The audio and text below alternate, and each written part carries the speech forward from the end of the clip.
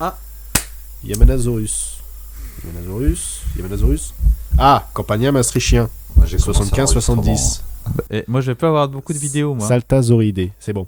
C'est en route, ouais, c'est en route. Prêt, 3, 2, 1. Ah, Salut les curieux. Alors déjà, petite vidéo, c'est pas la spéciale Noël, hein. On va faire une spéciale Noël qui va sortir dans pas longtemps. Donc là, du coup, oui. Voilà, donc ça sera quand?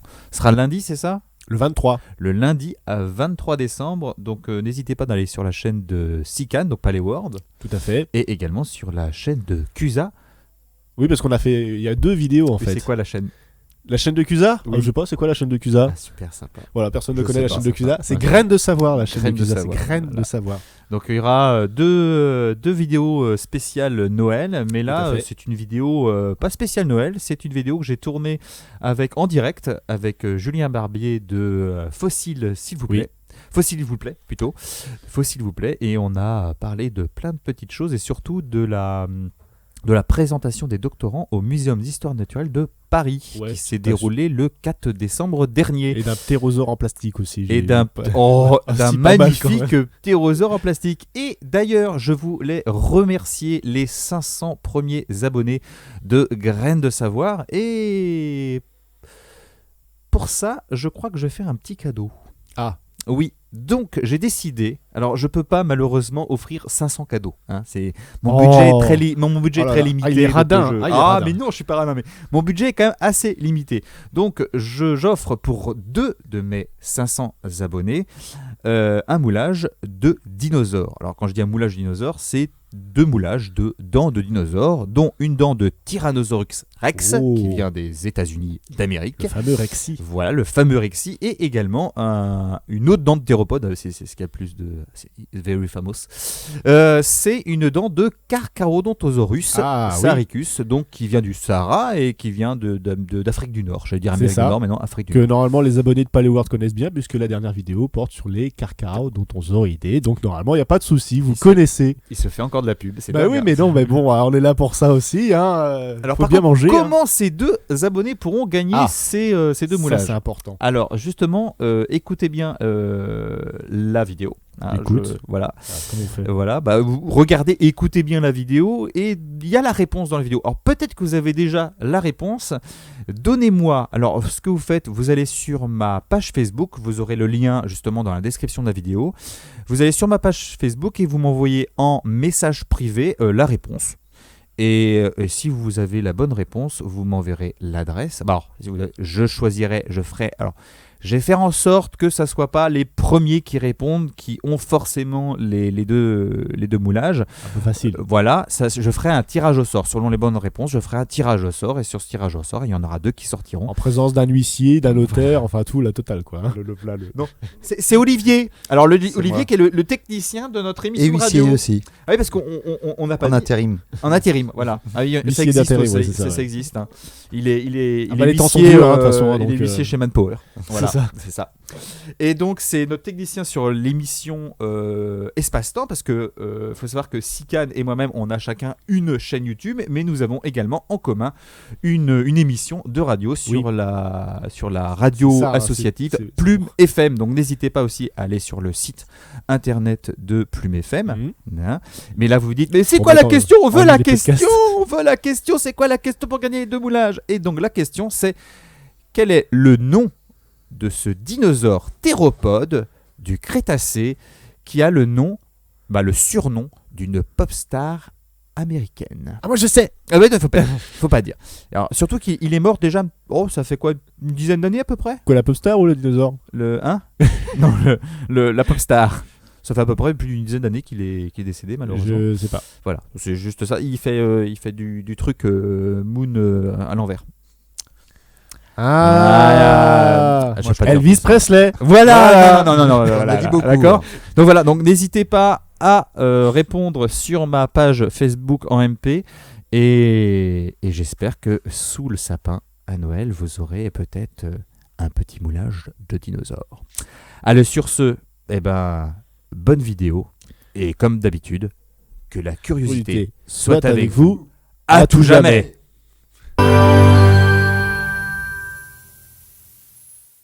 Non, là on est en direct. En direct. Bonjour Bon. les curieux. Ouais, alors là, je pense qu'on parle dans le vide parce qu'il doit y avoir 3 personnes. Ou personne. Ah mais même. c'est pas grave, hein, c'est... T'es Non, sûr on qu'il y a va 3 personnes? Non, je sais pas. Bonjour les 3 personnes. C'est notre premier test, faut s'il vous plaît. Bonjour, vous Grain de tout seul. savoir. Ah, si on a une personne, ça fait plaisir. Ah, ouais, Deux personnes. voilà. Deux personnes, c'est bien. Voilà, alors vous pouvez nous envoyer, c'est la foire aux questions et puis on a Bonsoir. 2-3 petits trucs à raconter. Donc vous pouvez nous envoyer vos questions sur les messages perso de Faut s'il vous plaît, si ça marche, parce que là ça bug. Ah bah tiens, il y a déjà quelqu'un qui aime la vidéo, je crois. Ouais. Et on peut, comment dire, on répondra à vos questions et tout, et puis vous aurez, vous aurez peut-être des réponses. Alors si on sait pas répondre, c'est le King qui répond, donc ça sera pas scientifiquement très correct, mais pour le reste, ça marche bien. Et on a un invité de Marc ce soir. Ah oui, voilà. C'est pas Marc Witton, c'est pas Marc Boulet, mais c'est un invité de Marc. Voilà, c'est un invité de Marc. On va faire comme tout bon youtubeur que respecte, on va faire des ouvertures de boîtes, de box. Tous les trucs que je veux pas faire d'habitude. Voilà, je les fais. on le fait là. Voilà. C'est de ma faute. C'est ta faute. Alors, je vous explique que monsieur Graine de Savoir Cusa, voilà, est venu me voir à Paris parce qu'il y avait la journée des doctorants. Donc, on va vous parler un petit peu de ce qu'on a vu et de ce qu'on fort intéressant d'ailleurs. et de ce qu'on peut vous dire, parce qu'il y a des choses qu'on ne peut pas vous dire. Ah bon Parce que c'est en cours d'études. Donc, voilà, donc des fois, on sera un peu. Voilà, par exemple, il y a des nouvelles études sur les avicéphaliens, il y a déjà quelques résultats, mais on ne peut pas vous parler des résultats. Genre des études sur les rats pnus, il n'y aura pas. Il n'y aura pas. Voilà, parce que ça, on doit rien dire. Et on a une super étude par contre sur les rats de Namibie, voilà, ouais, diversité des rongeurs. Des rongeurs, voilà. Et voilà, on parlera de ce qu'on peut vous parler, puis il a fait les courses. Donc du coup, on s'est dit qu'on aurait des petites choses à vous raconter sur les courses qu'il a faites. Voilà, parce on a eu cette idée de live il y a quelques jours, hein, donc on est un peu freestyle. Et d'ailleurs, petite question que je peux demander aux téléspectateurs. C'est pas des téléspectateurs, c'est des quoi? C'est des spectateurs. Les spectateurs, à nos chers spectateurs. Internautes. C'est, est-ce que cet animal est un dinosaure? Ouais, on va voir. Alors, j'ai toujours pas de questions pour l'instant. On a Coppins qui est invité. Non, ça c'est quelqu'un. C'est Maxence Ducrot qui est souvent connecté à mon Faut s'il vous plaît, qui pose plein de questions, qui fait plein de remarques intelligentes. Il ressemble vachement quand même à Yves Coppins. Quand même, ouais, non mais il m'a envoyé un truc sur Yves Coppins, donc je le regarde. Il a 20 ans, il fait pas son âge quand même. Et je sais pas si elle est là, mais je passe le bonjour à Monique Delcroix. Qui est aussi souvent sur...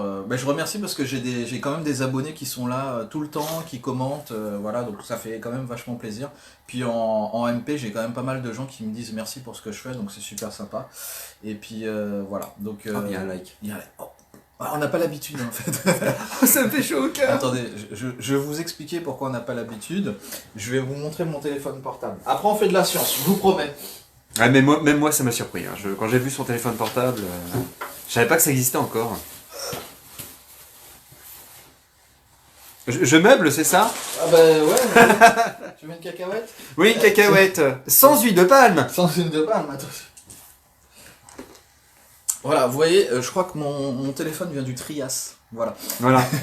Ça existe encore. Hein, je sais plus pourquoi je vais montrer. On va faire de la science parce qu'on dit de la merde. Non, on n'a pas dit de la merde. Non, c'est de la science. Hein. Montre ce que tu as acheté. Alors, ce que j'ai acheté. Alors, ceci, en plus, ça va combler un petit peu les expos de Graines de Savoir. On va regarder ensemble ce que c'est. Je vais essayer de ne pas le découper en l'ouvrant.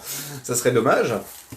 Alors, comme vous pouvez voir, c'est de la collection. Alors, je sais pas s'il y en a qui connaissent un petit peu les figurines un peu de dinosaures ou machin. C'est la marque Collecta. Alors, qui font... Alors, excusez-moi, je vais dire un gros mot, hein, mais c'est un gros mot qui est là à justifier. Collecta, soit ils font du bon boulot, ou soit c'est vrai... Ah bah, je vais dire... C'est caca. C'est caca. Voilà, c'est caca. Hein, je peux vous dire, franchement, il y en a, c'est caca. Hein. C'est pas comme Schleich, je suis désolé pour ceux qui aiment Schleich. Hein. Pour moi, je trouve que c'est du caca à chaque fois. Puis ça arrive. C'est du caca à chaque fois. Papo, c'est pas du caca, mais pour les premières, c'est quand même vachement, copié sur les dinosaures de Jurassic Park. Donc, au niveau de qualité scientifique, pour les premières, c'est pas trop ça. C'est plutôt qualité cinématographique, on va dire. Si vous voulez des figurines Jurassic Park pas chères, bah, achetez du Papo. Mais par contre, les dernières papos sont vraiment magnifiques. Hein. Elles sont vraiment magnifiques. Donc, alors, regardez bien. Regardez, du plastique. Magnifique, hein. C'est magnifique plastique. Alors, là, on peut deviner déjà quelque chose. Non mais dis-leur, il s'impatiente. Ah oui, d'accord, ils vont tous partir. C'est comme le début de tes vidéos, c'est un peu trop long. Merci beaucoup, super. Alors, c'est un ptérosaure. Alors, ptérosaure, qui dit ptérosaure. Alors, il est taille 1-1. Alors, c'est pour ça qu'il va intégrer mon expo. Non, c'est pas une momie. Hein. Non, c'est pas une momie. Alors, pour la petite pub, vous pouvez vous le procurer à la boutique du Muséum d'Histoire Naturelle de Paris, puisqu'il est en vente là-bas. C'est même là-bas que je me suis fourni. Alors là, vous voyez un petit queue. Là, déjà, ça peut vous donner une petite information pour ceux qui connaissent un petit peu le ptérosaure. Ouais. Alors, ptérosaure. Donc, ptérosaure qui veut dire lézard ailé, à N. Hein. Bon, ptère, N. Hein. Voilà, coléoptère, vous savez ce que ça veut dire. Hein. Même hélicoptère, hélice. Hélicoptère, ça veut dire aile qui tourne. Un hélicoptère, c'est des pales, et les pales, c'est des ailes. Donc, c'est des ailes qui tournent.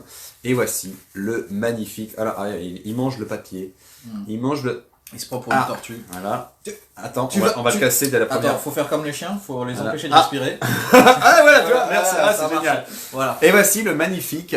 Alors, ça, c'est un dimorphodon. Voilà. Alors, magnifique spécimen qui a été découvert par une célèbre fouilleuse britannique, d'ailleurs que je sais pas si tu l'as avec toi. Marianning. Voilà, Marianning. Julien et moi j'ai lu. Julien va lire un livre. C'est pour ceux qui sont des passionnés de littérature et qui aiment bien lire. Alors c'est de la fiction, mais c'est pas de la science-fiction. Fiction qui est bien inspirée de l'histoire réelle Voilà, quand même. Qui a été, bien, le livre a été vérifié par Philippe Taquet, pour la véracité scientifique. Donc je vais le lire parce que c'est Prodigieuse créature de Tracy Chevalier. Voilà, donc genre très très bon bouquin. J'en reparlerai. Moi j'ai pas encore lu le comment dire, je l'ai pas encore lu. Je sais pas si c'est à l'envers pour les internautes. Mais non, c'est pas à l'envers, non. Prodigieuse créature de Tracy Chevalier. Si c'est à l'envers.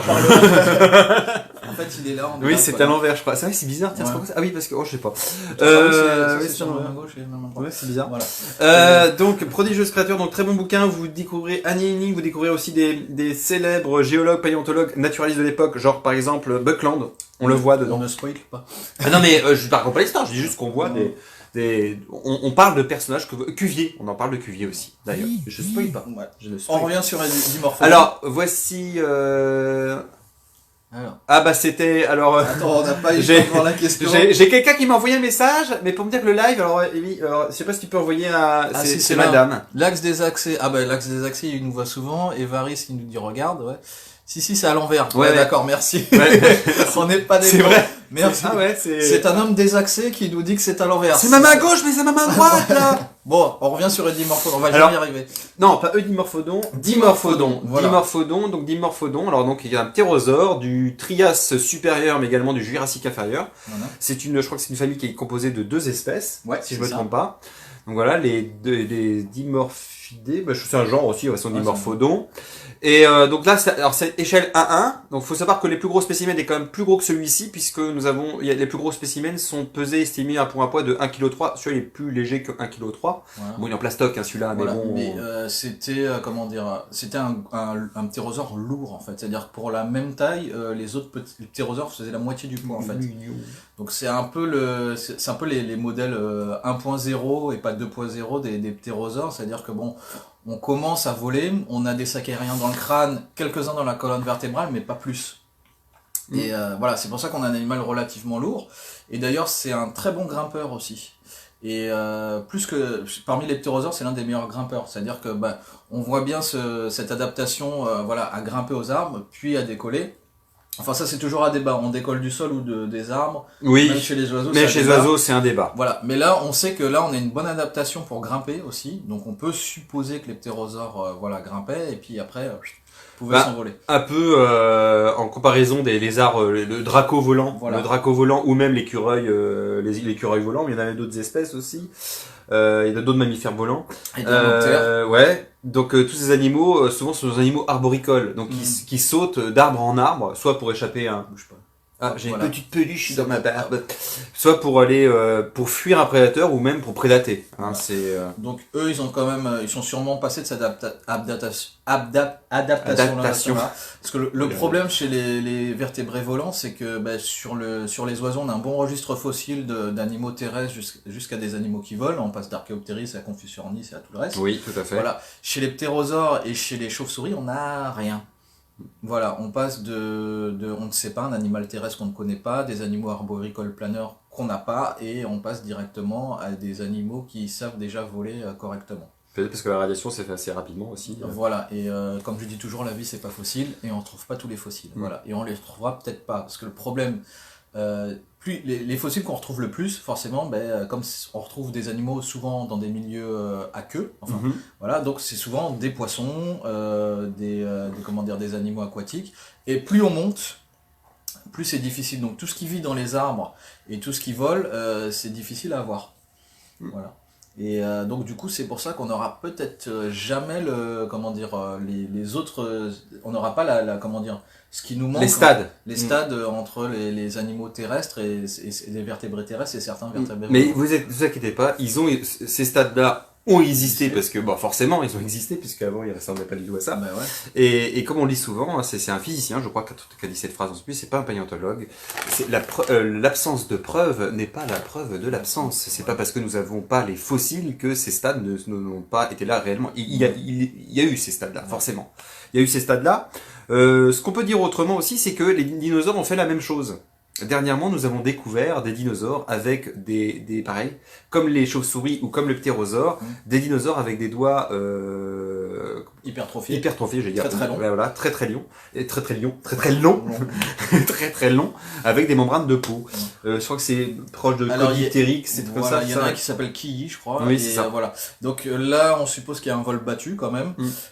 Sauf que bon, c'est pas un groupe qui a extrêmement radié, donc on n'en parle pas souvent. On sait pas encore, parce qu'on a très peu de fossiles de ce. Après, on peut peut-être trouver de nouveaux gisements. À l'état fossile, c'est pas un très très grand groupe. Voilà. Et puis bon, c'est quand même un groupe qui naît en concurrence avec les oiseaux et les derniers grands ptérosaures, donc il y a une concurrence qui est plutôt importante. On est sûr en tout cas qu'il était planeur. Oui. Donc ça marche aussi. Mais alors par contre, j'aimerais dire quelque chose.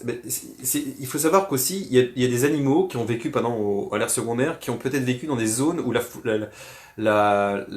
fossilisation était compliquée. Où le sol n'était pas approprié pour une bonne conservation, pour une fossilisation des spécimens. Dans le milieu désertique, c'est un peu foiré. Tu es en milieu forestier, c'est un peu foiré aussi. Voilà. Et on peut avoir aussi, il y a des milieux forestiers qui vont être arboricoles. Voilà, mais il y en a qui vont être, un peu problématiques parce que tu as des milieux acides, donc les eaux vont se dissoudre comme en milieux tropicaux par exemple. Ce qui est intéressant, c'est... Alors c'est pour lequel? Vu le nom, j'imagine qu'il est d'Asie. Oui, c'est Asie, je crois. Oui, c'est Asie, ouais. C'est des animaux qui sont trouvés dans des calcaires lithographiques très plats, et oui, c'est des animaux d'Asie. Nous, on voulait revenir sur un truc, c'est sur la taille du crâne. Ah oui, je sais pas si vous voyez. Par rapport au corps. Et aussi, on peut parler du crâne, et même plus précisément du nom. Dimorphodon. Voilà. Alors, ça veut dire quoi, dimorphodon? Morphologie, don, comme iguanodon.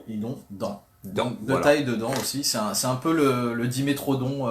Voilà. Alors quand le nom est déjà pris, on prend une racine latine ou une racine grecque, et puis on fait notre mix. Et ils font leur mix, et puis quand il y a des caractères qu'on voit comme ça, et lui on peut voir qu'il y a des dents à l'avant qui sont bien différenciées on va pas dire des postes canines parce que c'est pas un mammifère, mais des dents qui sont à l'arrière. Voilà, vous voyez des sortes de canines, un peu des canines là, caniformes ici, des caniniformes ici, voilà. Là, juste ici à l'avant. Et là, des dents un peu plus courtes. Voilà. D'accord. Alors, super court, c'est bigogne, c'est pour ça que je le brise. C'est mon petit bébé. On verra dans les vidéos après. Alors, Évariste, c'est pas celle de Papo, c'est quelle marque tu m'as dit? C'est Collecta. C'est Collecta. Papo, ils en ont fait une, mais alors j'aime bien Papo. Je vais vous dire franchement, j'aime bien Papo. Le seul problème, c'est que le dimorphodon qu'ils ont fait chez Papo, c'est le dimorphodon de Jurassic Park, de Jurassic World. Il est moche. Excusez-moi, pour moi, il est moche. Mais je le prendrai quand même parce que je me fais la collection des Papos. Mais celui-là, celui-là, au niveau scientifique, oui, puis ce qui est génial, c'est qu'il a la gueule. Il est à l'échelle 1. Oui, il est à l'échelle 1. Donc c'est un vrai petit bébé. Voilà. Hein, c'est un pseudo adulte quand même. Hein, là, c'est un beau bestiau. Voilà. On va revenir sur la tête. sur la taille de la tête. Oui. Parce qu'on me pose souvent la question, quand on va parler de sa tête, ça va être la même réponse de pourquoi les dinosaures étaient aussi grands. Alors j'ai déjà répondu avec le King. Le King est là d'ailleurs. Ah. Je vous fais un petit coucou. Bonjour le King, ça va toi? Gracia, je reviens tout à l'heure. S'ils sont trop nuls, j'interviens. Voilà. Et donc, ils ont les crânes fenestrés, c'est-à-dire qu'ils ont des crânes avec des grandes ouvertures. Vous voyez, chez les dinosaures, on a l'œil et puis on a une ouverture entre la narine et l'œil. Et eux, ils ont la même chose, parce qu'ils sont de la même famille que les dinosaures. C'est un groupe qui s'appelle les Avemétatarsiens. Et qui réunit aussi d'autres groupes comme les dinosauromorphes et d'autres petits animaux qui de la famille des archosauriens, qui sont munis de sacs aériens, parce que leurs ancêtres déjà avaient des sacs aériens. Et les ptérosaures. Les ptérosaures, voilà. Oui, Ptérosaures, et les dinosaures qui font partie des Avemétatarsiens. et des ornithodira. Voilà, ornithodira, mais au-dessus, tu as Oui, voilà. voilà. Oui, tout à fait. Et Avemétatarsiens, comme tu dis là. Oui. Voilà. Ornithodira. Ornithodira, voilà. On va y arriver. Il te dira pas. Et après, on a la scission dinosauromorphe et puis ptérosaures de l'autre côté. Et donc, ces animaux-là possèdent des sacs aériens, ce qui leur permet d'avoir des structures, se permettent d'être très très volumineux en fait. Et selon l'écologie, en fait, on va avoir par exemple des sauropodes qui vont avoir des colonnes vertébrales avec beaucoup de sacs aériens qui vont pouvoir être très grands. Ils peuvent avoir des coups très très longs. Le T-Rex qui va pouvoir avoir une grosse tête. Et en fait, les ptérosaures, en fait, eux aussi profitent de ça. C'est-à-dire que quand on regarde, voilà, on a un ptérosaure, ça fait cette taille-là, tac. La tête en longueur fait le tiers du corps. Oui. Après en largeur, ça sera quand même pas non plus, en volume, ça fera pas le tiers du corps, ça fera peut-être un sixième, un cinquième. Mais ça fait vraiment des très très grosses têtes. Et on a, comment dire, chez les archosauriens, on a un peu les records des grosses têtes. On a Garjarania, qui est de la famille des Erythrosuchidae, qui fait 2,50 m pour un crâne qui doit faire presque 1 mètre, quoi. On va dire 80 cm pour un corps de 2,50 m, donc on est à près de un quart, un tiers du corps, c'est que la tête. C'est un peu gone, vous savez, comme dans le manga, voilà. Oui, Donc, c'est ça, oui. Ah, oui, donc en fait, chez les archosauriens, on a cette capacité en fait des animaux qui sont aériens, qui vivent sur Terre et ou dans les airs et qui ont des très très gros crânes. C'est-à-dire que chez les mammifères, on a du mal à voir ça. On peut avoir ça chez les animaux marins, comme chez la baleine, qui a la tête qui fait un quart du corps, facile. On a des baleines avec des crânes de 6 mètres de long pour des corps de 30 mètres. Donc, tu vois, on est de 7 mètres 50 pour des corps de 30 mètres. J'avais vu ça. Et donc, du coup, on a un quart du corps, c'est vraiment que la tête. Et voilà. Mais là, on est obligé d'être en milieu marin parce qu'il n'y a pas de sac aérien chez les mammifères. Mais du coup, les ptérosaures peuvent se permettre d'avoir des très très grosses têtes. Parce que déjà, elles sont très aérées, là, voilà. Elles sont pneumatisées. Très pneumatisées, voilà. C'est une sorte de ballon de baudruche. On pourrait comparer à ça à quoi déjà? Attends. Ça fait penser à un animal, mais c'est ça, c'est qu'ils sont super allégés. Ils sont super allégés, c'est des ballons de baudruche. Ah bah si, un exemple. Alors je vais vous donner une de mes expériences. J'ai travaillé pendant longtemps au parc de Branferré et là-bas on a une volière, on a un spectacle d'oiseaux. Moi j'ai travaillé des années avec des pélicans. Le pélican, faut savoir que c'est le 3e plus grand oiseau volant. Les doigts des pattes postérieures chez le papeau sont reliés à rien. Ça fait bizarre. Oui. Ah si, il y a un patagium quand Oui, il y a un même. patagium. Hein. Il y a un patagium. Alors oui, le papeau, il parle peut-être de celui du papeau. Ah ouais. Mais là, on le voit, le patagium. Donc le patagium, c'est la membrane de peau qui est entre les membres, hein, même les doigts. Alors, on le voit ici, on le voit à l'arrière. Je sais pas si vous voyez bien. À l'arrière, on voit le patagium ici, hein, juste ici, là, juste derrière. Alors, attends, je vais taper Papodimorphodon pour être sûr. Ah oui, il a pas là. Mais c'est celui-là. Attends. Non, Ah si, il a le patagium aussi. Voilà. Mais attends, il parle des doigts, je crois. Alors, les doigts Ah non, les doigts des... Oui, parce que là, regarde, là, il y a... Ah oui, ils ont mis un petit patagium. Petit patagium, ici, sur le collecta, il y a le petit patagium entre les doigts. Il me semble... Attends, que chez les ptérosaures... Attends, je vais finir sur le... Pendant que tu il y a cherches... un patagium qui s'accroche à ce doigt. À ce doigt, ouais. Donc tu as raison. Non mais tu as raison de signaler ce souci sur peut-être le... Oui, il n'y a pas sur celui de Papo, regarde. Voilà. On le voit pas, il y a le doigt qui ressort, mais il n'y a pas. Oui, c'est vrai que ça fait bizarre parce que normalement il y avait un patagium. C'est pas un doigt justement, c'est une accroche en plus pour justement le patagium. On le voit. Alors le patagium, c'est la peau qui fait l'aile. Hein. Là, voilà. ici, juste ici. Ouais. Et donc je voulais finir pour une petite histoire avec pas les albatros, les pélicans. Donc les pélicans, c'est le 3e oiseau le plus gros, le plus grand volant. Alors quand on le voit, on se dit oh la vache. il doit être lourd. Parce qu'il est quand même assez balèze. Ouais, Je sais pas si vous voyez un pélican, quand il se met debout, il fait quasiment votre taille, parce qu'il déjà il a un long cou. Donc forcément il va se mettre debout là, il va se redresser, il va quasiment faire votre taille. Hein. Quasiment, c'est pas loin. Mais c'est surtout qu'il est balèze, il est pâteau même, donc si on le voit marcher, c'est un peu, ça fait lourd en plus Ça quand on voit c'est ouais. grotesque, voilà. Et je peux vous le dire que moi, même les plus gros, je les portais à bout de bras. Parce qu'ils ont l'air énormes, quand on les regarde, il doit peser 40 kilos, il pèse même pas 12 kilos, quoi. Le truc, il est léger. Pourquoi? Parce que cet animal-là est gonflé. Enfin, c'est sac aérien, il est très allégé, ses os sont creux également, comme c'est des dinosaures, hein. Voilà. Comme les théropodes, ils ont les os creux. Et lui, pareil. Hein. Et justement, c'est un gros problème. Parce que souvent, les beaux ptérosaures, on les trouve conservés, par exemple, dans des zones de fossilisation où il y a une très bonne fossilisation, comme à Solonhofen en Allemagne. Dans des zones genre lacustres, avec une diagenèse dans des sédiments très fins, avec un dépôt lent, avec peu de courant. Parce que le problème, c'est que c'est des os qui sont souvent creux et donc qui sont très fragiles. Et très fins, donc ils vont vite se casser, se briser et ils vont pas se fossiliser en fin de compte. Donc c'est pour ça on les trouve plutôt dans des zones où la fossilisation est spécifique et c'est donc assez rare. Voilà. Ouais, c'est assez rare. Plus c'est épais, vous avez plus de chances de trouver un beau fémur qu'une aile de ptérosaure. Quoi. Ah oui. Et par contre, on a des très très très beaux spécimens. Tiens, on a un petit message de Jordan. Salut Jordan. Bonjour Jordan. Jordan nous a fait une conférence, il nous a fait la présentation. Alors c'était laquelle déjà? Attends, que je me trompe pas. C'était sur les postures. Oui. Voilà, comment définir un peu les postures Génial, des amniotes. Les amniotes, c'est les vertébrés terrestres, on va dire, sans les amphibiens. Parce qu'en fait, il va comparer en fait les animaux actuels et il va voir sur les fossiles ce qu'on peut définir. Parce qu'en fait, il a fait ce travail-là sur les iguanodontidés. Voilà, les ornithopodes, c'est-à-dire iguanodons, hadrosauridés. Et lui, il a fait surtout sur les iguanodons, il a fait son mémoire là-dessus pour pouvoir définir les postures notamment Uranosaure, parce que Uranosaure fait la taille d'un comment il s'appelle? C'est 15. Il fait la taille d'Uranosaurus, sauf que par exemple son fémur est 3 fois plus gros. Sauf qu'il fait la même le hauteur. grand, voilà. Oui, le grand ornithopode. Du coup, il fallait savoir est-ce qu'il pouvait avoir cette posture bipède? Parce qu'il y a toujours ce débat sur l'iguanodon, bipède, quadrupède, il revient à Est-ce qu'il était bipède, comment on disait? Opportuniste. Voilà. Et donc, du coup, avec les résultats de son mémoire, il a une thèse qui projette le truc un peu plus loin pour que il fasse des inférences sur ce qui a été fait sur l'actuel, en fait, qu'on connaît, hein, et du coup faire des inférences, sur les fossiles. Voilà. Donc, il va travailler là-dessus et dans 3 ans, on aura les résultats. Voilà. C'est des choses dont je peux pas vous dire la suite parce que voilà, il travaille dessus et voilà. Donc certaines choses qu'il nous a dit vont peut-être changer et puis ou être confirmées, voilà. C'est le bon côté de la science, c'est qu'elle est en totale modification tout le temps. Voilà. Alors sur le truc, on a comme des petits poils. Alors je voudrais revenir là-dessus parce que c'est pycnofibres. Voilà, et non pas des plumes et non plus des poils. C'est une sorte de voilà. Alors attends, on a une question de Guillaume Blondeau. Coucou. Choper les... Alors attends, on va lire. Voilà. Coucou, j'aurais une question. T'arrives pas à lire, toi? Le fait qu'il y ait 2 sortes de dents, est-ce que c'était pour choper une proie et la bloquer dans le fond de sa mâchoire où elle était trop fragile et du coup on... attends, affichez plus, alors j'espère que ça va pas couper. Ouais. Non, c'est bon. Pas vraiment. Pourquoi il y avait 2 types de dents?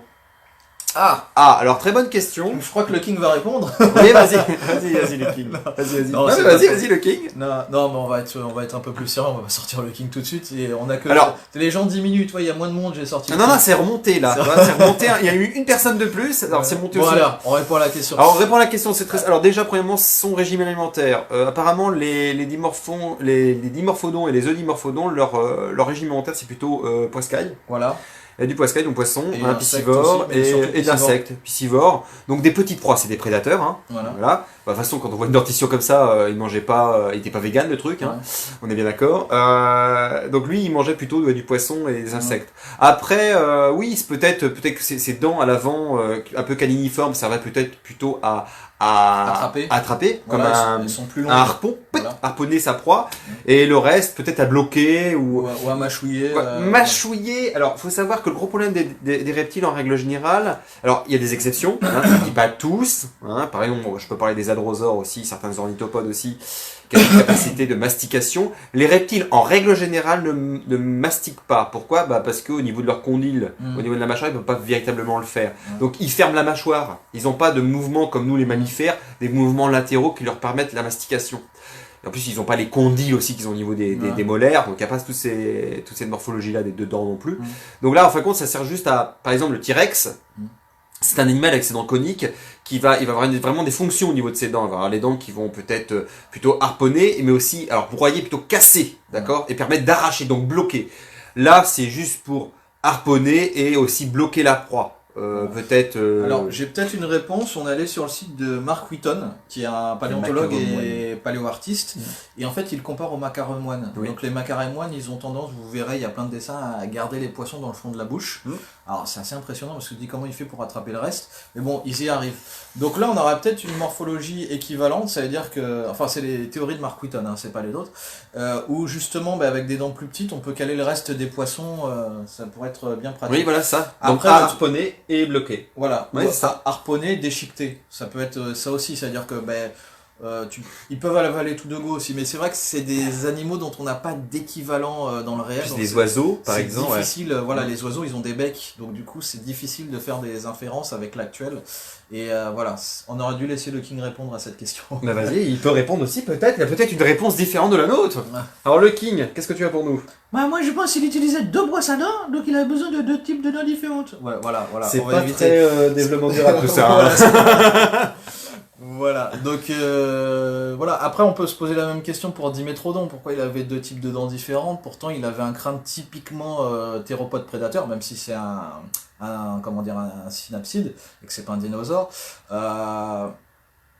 y a Cédric qui nous fait. C'est un dinosaure. Oui, tiens, on l'attendait celle-là. C'est voilà. Alors, on va refaire de la phylogénie. Voilà. Alors, on a un groupe qui s'appelle les archosaures. D'un côté, on a dans l'actuel, on a les crocodiles. De l'autre côté, on a les oiseaux. Quand on remonte ces trucs-là, on va arriver à 2 clades. Un qui va s'appeler, on va remonter à 2 clades qu'on va appeler archosaures. Oui, archosaure, très Voilà. bien. Oui, Et voilà. dans ce Je voyais pas où tu voulais en Dans ce emmener. clade d'archosaures, on va Oui. avoir d'un côté les pseudosuchiens qui vont avoir qui vont donner les crocodiles. Voilà, qui vont donner les Et crocodiles. plein d'autres familles Et qui ont une cheville particulière. Oui. Et de l'autre côté, on va avoir ave métatarsien qui veut dire métatarse d'oiseau. Et du coup, de ce côté-là, on va avoir les ptérosaures, les dinosaures, et puis après les oiseaux. Donc les oiseaux, on les met bien avec les dinosaures, et les ptérosaures, on les met à côté. Voilà. Et d'ailleurs, la plume est la preuve que les oiseaux sont des dinosaures, et les pycnofibres montrent bien, parce que les pycnofibres, ce sont pas des plumes, et ce sont ni des poils, c'est une troisième voie pour garder la chaleur du corps, parce que c'est des animaux, on va dire, endothermes, pour pas dire à son chaud.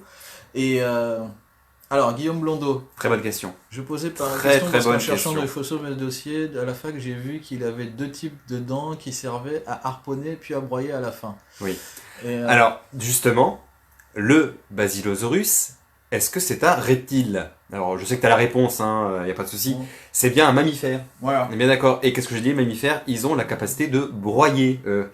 Alors, il y a une différence sur les cétacés, ce qui va se passer chez les Basilosaurus ou Cynthiacetus. Ils ont des dents différenciées aussi. Ils ont des dents différenciées, c'est que en fait, ils avaient à la base, c'était des animaux terrestres, les cétacés, qui avaient des dents triangulaires dentelées, c'est vachement impressionnant.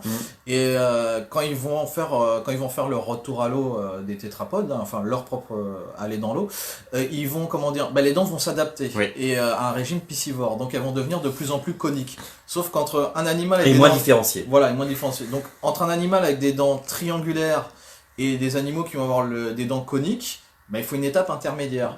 Et en fait, Basilosaurus, si vous voulez, ou Cynthiacetus, c'est une étape intermédiaire entre Pachycetus, un cétacé terrestre, et le dauphin. Voilà. C'est pour ça que chez eux, en fait, on est en transition. Tandis que chez Eudimorphodon, on va avoir une vraie adaptation à un régime alimentaire.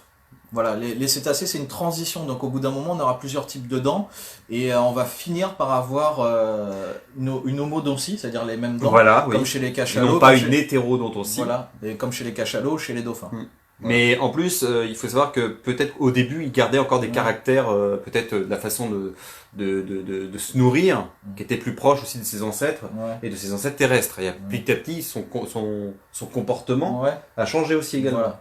Bon, Cédric nous dit qu'il trollait, oui, on avait bien compris. Oui, qu'il bah trollait, oui, on mais, savait. Et d'ailleurs, mais les gens t'écoutent, Cédric, Ouais. ils te font confiance, donc il faudrait faire un peu gaffe quand et même. Cédric, hein. on va dire bon retour, Bon retour, hein, sur le voilà. territoire français, hein, Voilà. parce que t'étais parti loin, je crois, Ouais. depuis un moment.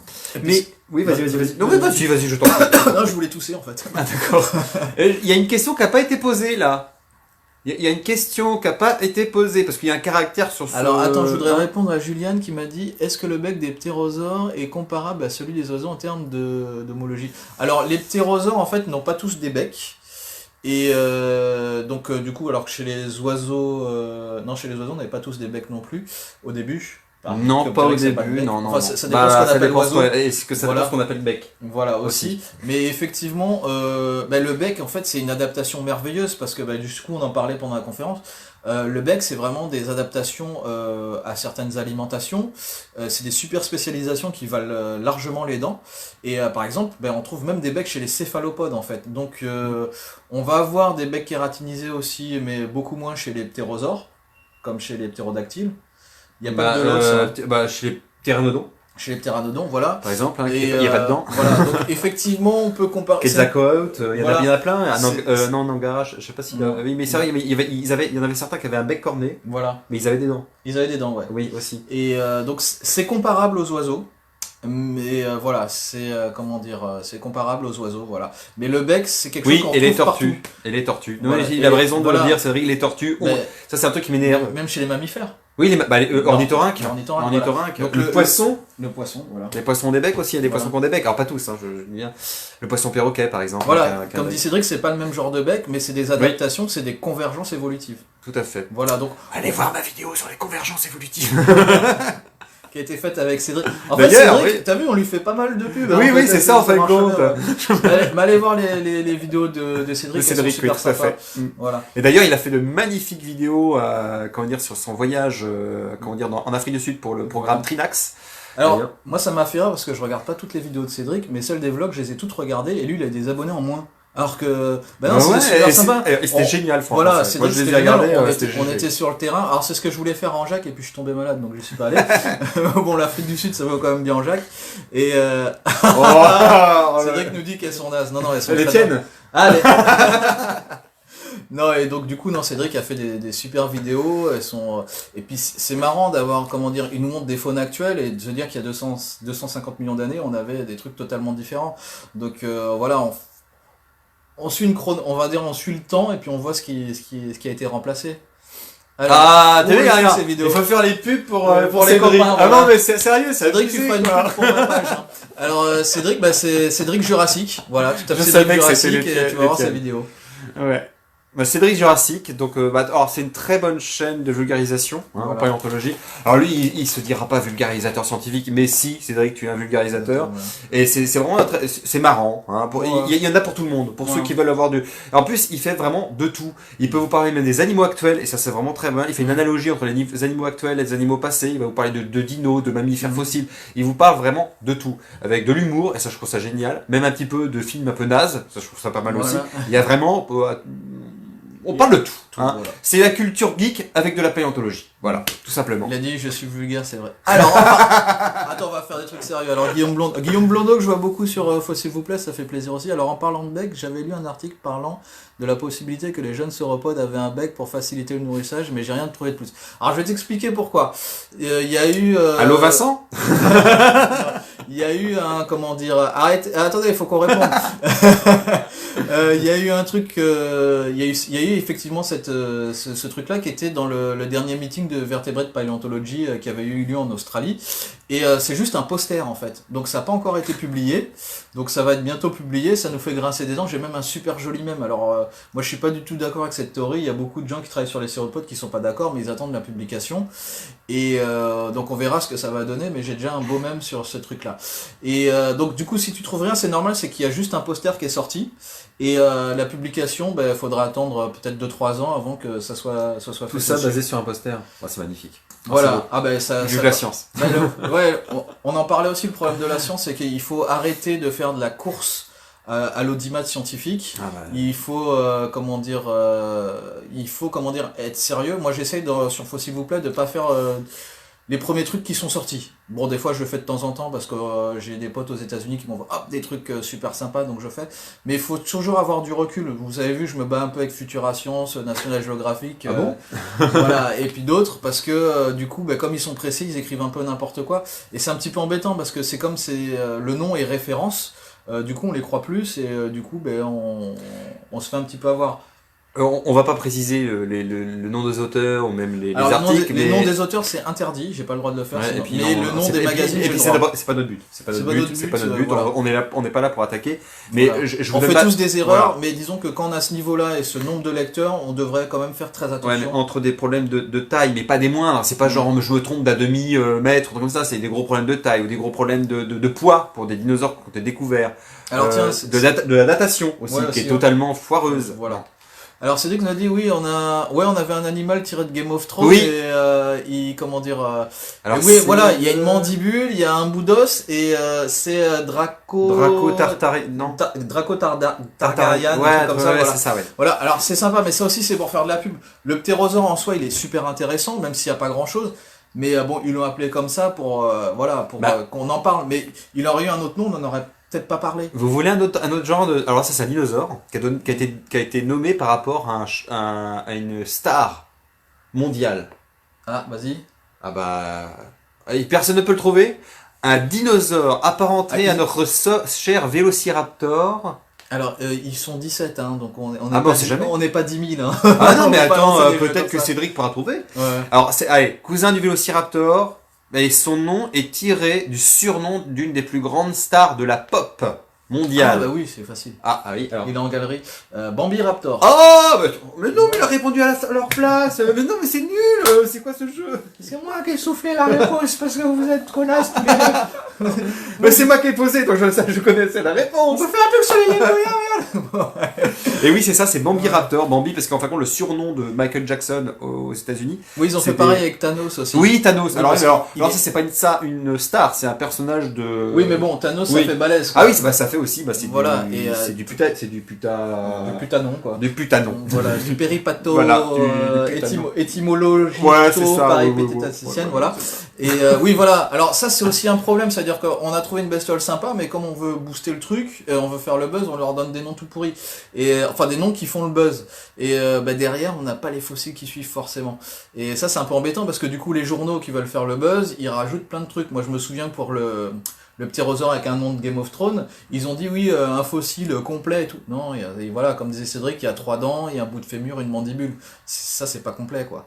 On peut faire plein de choses avec, mais voilà. Et On peut déterminer peut-être l'appartenance à une famille. voilà. En genre, ça va être même dur. Mais à une famille, là, on peut. Oui, avec voilà. une ou deux dents. Mais déterminer une espèce.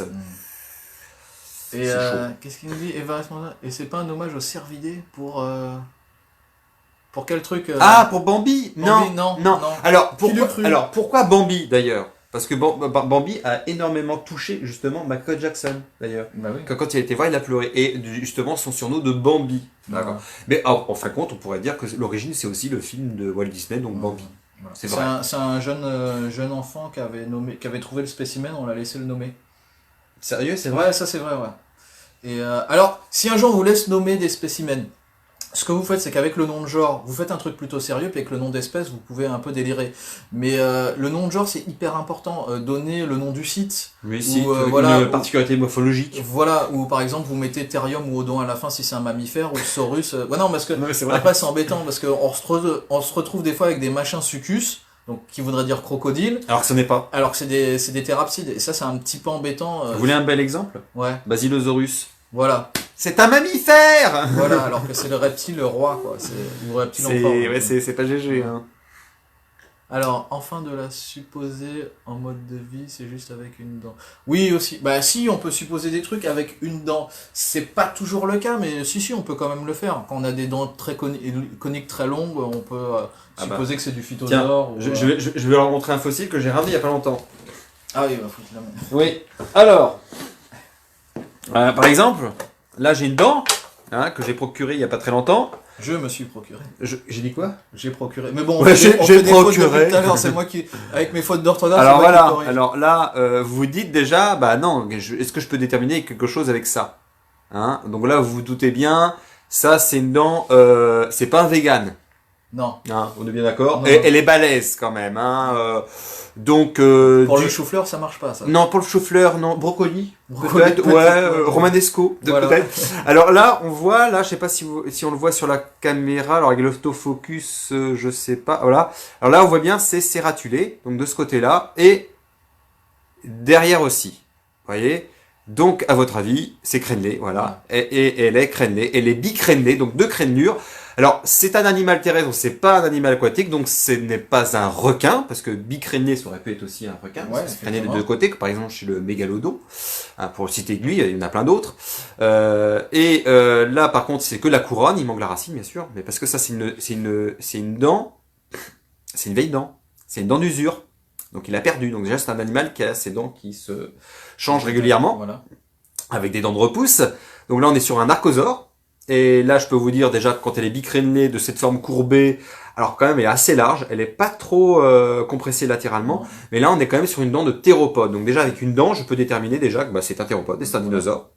Et je sais d'où il vient, et je sais la datation. Donc là, elle date du Cénomanien, hein, donc Crétacé sup, début du Crétacé supérieur, et elle vient d'Afrique du Nord. Afrique du Nord, je dirais même Maroc, et d'une région que beaucoup parmi vous connaissez, qui sont les Kem-Kem. Donc ça, c'est pas du spino, hein, parce que pour ceux qui connaissent là-bas, on a du spino, mais on peut déterminer que cette dent est une dent de... On va voir, hein. Ils sont très forts, Ouais. tu vois. Alors, C'est une dent de quoi? Alors, c'est une vraie, Cédric, ouais. Oui, c'est une vraie, oui. C'est une vraie dent. Elle est bien courbe, cette dent. Ouais, elle est bien courbe. Oui, c'est vrai. Elle a pas trop la forme de D caractéristique d'un animal qu'elle aborde d'ailleurs. Voilà. Et elle a pas ces petites dépressions qu'on voit à la base. C'est pour ça qu'au début, elle m'a semblé très bizarre. Hein. J'ai même cru que c'était une autre famille de théropodes. Ça, c'est bien joué. Bravo, Cédric. Ouais, t'as le droit. Ah, Juliane, t'as droit à un bisou. Ouais, il y en a deux. Julien, Juliane, très bien. Voilà aussi. Très, voilà. très bien. Jean-Marc. Ah, bah, Ils voilà. veulent tous des bisous. Voilà. C'est la fête aux bisous. Voilà. Voilà, c'est bien. On va C'est faire un, une chaîne de bisous et pas c'est un l'anthologie, carcharodon. Voilà. On devrait faire des trucs comme ça, détermination en vidéo de fossiles. Ouais, c'est Par vrai, contre, ça c'est serait vrai. chaud parce qu'il faudrait avoir des fossiles régulièrement Bon, aussi. voilà. Et moi, je sais pourrais, pas ce par que j'ai à contre. la maison, moi. Moi, je pourrais. Je pourrais. Mais je peux pas être tous les week-ends chez toi. Ben non, Non. c'est ça. Et puis, on n'est pas en week-end. Hein. Quoique si, à Paris, là, en ce moment, on est en week-end. Mm. Bah oui, c'est la grève. Donc voilà. Voilà. Donc, voilà. C'est pour ça que Effet le Reptile a pas pu venir, mais bon. Oui, il je devait être referai là. un truc avec lui la prochaine fois, vous inquiétez pas. Donc c'est bien une dent. C'est quoi? Pathologie? Non, c'est pas une pathologie. Non. Non, Ça, pas. c'est marrant, vous avez parlé de ça aussi. Oui, mais oui, une c'est pathologie. pas de la terra. Mais par contre, ce qu'on peut dire sur cette dent, pour moi, pourquoi elle n'a pas la forme caractéristique d'une dent de carcharodon? Parce que c'est pas une dent du maxillaire ou même du dentaire au niveau latéral. Ouais. C'est pas une comment dire, une médiale, enfin, Voilà. au Une médium, là, cigale, voilà. Cette dent-là, pour moi, ça serait une dent prémaxillaire, par exemple. Donc à l'avant.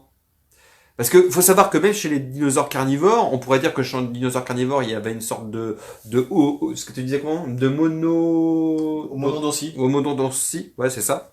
Donc ils ont la même dent. Non, pas vraiment, parce que même les théropodes avaient une certaine hétérodontie et avaient une dentition différenciée, que ce soit à l'avant ou à l'arrière de la bouche. Mais c'est très léger, c'est pas comparable, par exemple, à nous, hein, primates, avec incisives, latérales, les incisives centrales, les latérales, les canines, les prémolaires et les molaires. et les molaires. Voilà. Alors tiens, je vais rajouter un truc. On parle des mammifères qui sont les boss du game pour les dents. Voilà, on a quand même les éléphants avec des incisives de ouf. On a 4 types de dents dans la bouche. Il y avait un crocodilien terrestre qui avait 7 types de dents dans la bouche. Je vous en reparlerai sur Faux s'il vous plaît. Donc quand même, les crocodiliens nous ont mis cher dans la gueule. Ouais, mais ils ont mis le cher. Alors je crois que c'est pas dur de la mettre cher aux mammifères. Désolé à ceux qui font du man. Hein, elle est pas déformée pour une carcasse, ça fait presque penser au tyrannosauride. Oui, bah alors, c'était ça le problème. C'est ça que moi j'ai pensé que c'était du... Très bien, moi j'ai pensé à du tyrane. Mais le gros problème c'est que au Cénomanien, donc ça veut dire au début du Crétacé supérieur, on est donc sur le bloc gondwanien, parce qu'il faut savoir que l'Afrique fait partie du Gondwana.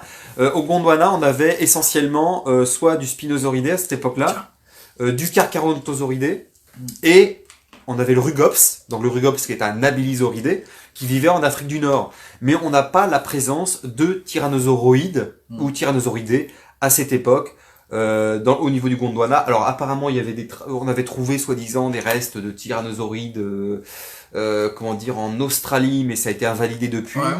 Et on en a trouvé. Alors par contre, je crois qu'on avait trouvé peut-être, il faudra que je vérifie, des publications, mais je crois qu'on avait trouvé des restes peut-être En Asie, non? Non, pas en Asie. Bah oui, en Asie, si, c'est sûr. On a trouvé Tarbosaurus ou Alioramus. Tout ça, ce sont des tyrannosauridés. Non, on avait trouvé, je crois qu'en Amérique du Sud. Si je me trompe pas. Alors Guillaume, 7 types de dents. Alors j'ai mon ordinateur à côté, je vais essayer de trouver ça, et je vais te donner le nom de la bestiole, et il y a 7 types de dents dans sa mâchoire. Pardon. Voilà. Alors, tu connais Guillaume? Non, Guillaume est souvent sur la page. D'accord. Parce que je me dis, est-ce que c'est un confrère? Non, Guillaume, c'est pas un confrère, c'est un abonné, je sais pas ce qu'il fait dans la vie, mais il fait des choses bien, je parie, y a pas de raison. Et alors Guillaume, attends, je vais essayer de te retrouver ça. Du coup, il faut que tu Je mange des cacahuètes. Cacahuètes enrobées de chocolat. Voilà, alors... Sans huile de palme. Alors, oh là là, où c'est que j'ai trouvé ça? Alors là, il faut que je meuble. Alors, n'hésitez pas. Salut des Mexiques. C'est quoi ça? Type de dents. Bah, pardon, salut des Mexiques. Je sais pas. J'ai pas compris. Salut des Mexiques. Oui, je sais pas. Ah, salut du Mexique. Ah, Rodriguez. Mais non, es un hombre que es tu México. Es muy, soy muy feliz que hay personas de otros países que ve mi página, s'il vous plaît. Pero voy a terminar a hablar español porque no hablo español muy bien. Olé. Muchas gracias. Alors, C'est Pacasucus. Capilami. Capilami. Non, je sais pas. Pacasucus, ce type dedans. Je suis pas sûr que j'ai celui-là, mais ça on peut en faire un deuxième avec cette type dedans. Pourquoi tu t'en connais un? Oui, j'en ai un. Par contre, on a des dinosaures qui ont véritablement une très grande diversification de leurs dents. Hein. Et un exemple notable, son nom c'est ça. C'est le fameux ornithischien qui est Hétérodontosaure. L'Hétérodontosaurus. Ah bah c'est Malawisicus qui a 7 types de dents. Voilà, Malawisicus a 7 types de dents. Malawisicus. Voilà. Alors Guillaume, il étudie les sciences de la Terre, je fais comme vous. Je m'en doutais un petit peu, toi. Alors, on n'a pas de diplôme de paléontologie, nous. On est comme Cédric. Non. J'ai quand même passé l'agrég. Des étés. Ouais. Moi j'ai fait géographie. Quand même. Et j'ai raté le bac du premier coup. Non mais... Ah, presque 20 viewers. Merci Jordan. Alors, Malek... Oui, Hétérodontosaure. Ouais. Tout à fait. Donc je reviens, c'est Malawisicus qui a 7 types de dents. Il y a de la dent conique, il y a des dents avec beaucoup de cuspides, il y a des dents très arrondies. Donc du coup, bon là on a un cuspide. Explication peut-être cuspide. Cuspide, c'est les pointes qu'on a sur les dents. Par exemple, votre molaire, elle a 4 cuspides. Voilà. Et donc du coup, voilà, c'est un animal qui avait un régime alimentaire très varié. Et c'est un Malawisicus, il est tout petit en fait. C'est un truc qui fait même pas 40 cm. Et donc c'est un... C'est un pseudosuchien. C'est un crocodilien terrestre. Voilà. Qui ressemble pas du tout au crocodile actuel. Ouais. Alors voilà, je voulais vous rassurer. Moi, je suis pas paléontologue, je travaille au muséum. Je fais de l'entretien des collections. Donc du coup, j'ai accès à plein de choses, aux publications scientifiques, aux paléontologues. Me demandez pas de demander des trucs aux paléontologues tout le temps, je le ferai pas parce qu'il faut les laisser travailler un petit peu. Et du coup, moi, quand j'ai un sujet qui m'intéresse, je me renseigne à la bibliothèque du muséum, aussi sur Internet, vous pouvez le faire, il y a plein de choses sur Internet. Et je vais poser les questions aux paléontologues. C'est comme ça que mes choses sont référencées. Donc, je suis un paléontologue amateur, je fais des fouilles, je me suis intéressé à certains sujets. D'ailleurs, je vous conseille, si vous voulez faire de la paléontologie, prenez un groupe et étudiez-le bien, ça va vraiment bien vous aider. Voilà, mais on n'est pas des paléontologues. Mais il y a Valentin. Salut Valentin. Et d'ailleurs, je dirais, on pourrait faire donc cette vidéo est sponsorisée par NordVPN. Prenez un NordVPN pour pouvoir justement vous procurer des publications sur SciHub. Mais Voilà. il faut pas aller sur SciHub. Arrête. C'est pas bien, faut pas y aller. C'est bien. C'est pas y aller. Je vais avoir des problèmes, moi je suis sur toi, s'il vous plaît. Voilà. Alors, s'il y a un petit conseil aussi. Salut Valentin. Salut. Pour avoir des... Alors... Non Valentin, c'est ta faute ça, on va plus. Attends. Est-ce que les crocos... Alors je lis. Est-ce que les crocos qui ont diverses dents les ont au même moment ou par exemple au fil des années, il y en a qui sont remplacés par un autre type au fur et à mesure de sa taille pour s'adapter à son alimentation, je pense. Je vais regarder. Pour s'adapter à ses proies, par exemple, entre le poisson fragile quand ils sont jeunes et les plus grosses proies avec des os quand ils sont plus grands. Ça Alors s'appelle c'est une bonne l'ontogénèse. Voilà, c'est une bonne question. Par Oui. contre, les dents qu'on a retrouvées chez Malawisicus, c'est sur la même mâchoire. Donc c'est 7 types de dents à un instant T. Voilà. Par contre, c'est une bonne question parce Oui, que c'est une très très bonne question. on a des animaux qui par la taille Regardez changent là. de régime alimentaire. Donc du coup, si vous changez de régime alimentaire, il y a une possibilité. Je sais pas s'il y a des cas connus de dents. Ah bah si, il y a Tanistros pheus, qui est une sorte d'archosauromorphe avec oui. un cou très très long. Oui, attends. Et, Ah oui. voilà. oui, oui, Et oui. lui, bon, c'est pas Oui. trop ce qu'il mangeait. Alors c'est ce qu'il mangeait. Au grâce début, au- on pensait que c'était deux spécimens. Voilà. Tellement le con Voilà. était oh, Il était un peu le con, coup. Et le bol alimentaire, on a vu qu'il y avait des céphalopodes et du poisson, donc on savait qu'il mangeait ça. Mais effectivement, quand il est jeune, les dents sont tricuspides, donc avec trois petits crochets. Et à la fin, il reste un seul cuspide. J'allais pas faire ça, hein, voilà, un seul cuspide. Donc voilà, on peut avoir effectivement, c'est très rare, mais des cas de changement de dents Mais- par rapport. Mais non, vous n'avez pas besoin d'aller loin pour ça. L'homme. Alors, faut savoir que les dents de lait, alors là, ah si, alors moi, voilà, c'était mon premier job. Ouais. J'étais dans les dents. Ouais, alors, moi, j'ai fait des études de dentisterie. Ouais, Et, on mange le sucre, ouais. Oui, chut. C'est pas le sucre qui donne les caries. Moi, je vais pas aller sur le sujet. Le truc, c'est que tout d'abord, les dents, quand on est jeune, on n'a pas véritablement les types de dents d'adultes. On a les incisives centrales, on a les incisives latérales, on a les canines aussi, on a les prémolaires aussi, mais on n'a pas les prémolaires. On a une sorte d'hybride, en fin de compte, entre la prémolaire et la molaire. On n'a pas véritablement ni les prémolaires ou les molaires définitives au niveau de forme. C'est un peu une intermédiaire des deux. Et après, c'est quand on perd toutes ces dents de lait, on a véritablement la différenciation entre prémolaires, les deux prémolaires et les deux molaires avec la troisième molaire encore existante sur beaucoup de personnes. Ouais. Il faut savoir qu'il y a des gens maintenant qui naissent sans ces troisième molaires qu'on appelle les dents de Sagesse. sagesse. Et ça, c'est des dents qui poussent seulement une fois. Bah oui, parce que oui, voilà. Voilà, donc effectivement, on a un changement dentaire avec des nouvelles dents, effectivement. Alors, je sais pas si... Bah si... Et elles ont une morphologie différente. Ouais, Elles ont une morphologie différente. Si, donc il y a quand même une modification. Parce qu'on a véritablement les dents quand on était jeune, à la naissance. Ouais. À la naissance, non, parce qu'elles elles sont pas encore sorties. Voilà. Alors après, il y a Les des dents cas, de- oui. les dents d'enfants ou de bébés, Voilà, voilà. les dents de lait. On appelle ça les dents de lait, Voilà, hein, voilà. tout simplement. Et Les après, dents de on a lait. effectivement un changement. Alors, Cédric nous dit le Protel. Le Protel a ce type de changement de dents aussi, tiens, je savais pas. Mais je crois qu'il y a beaucoup d'animaux. Hein. Oui, J'ai enfin, pas vérifié, voilà. mais...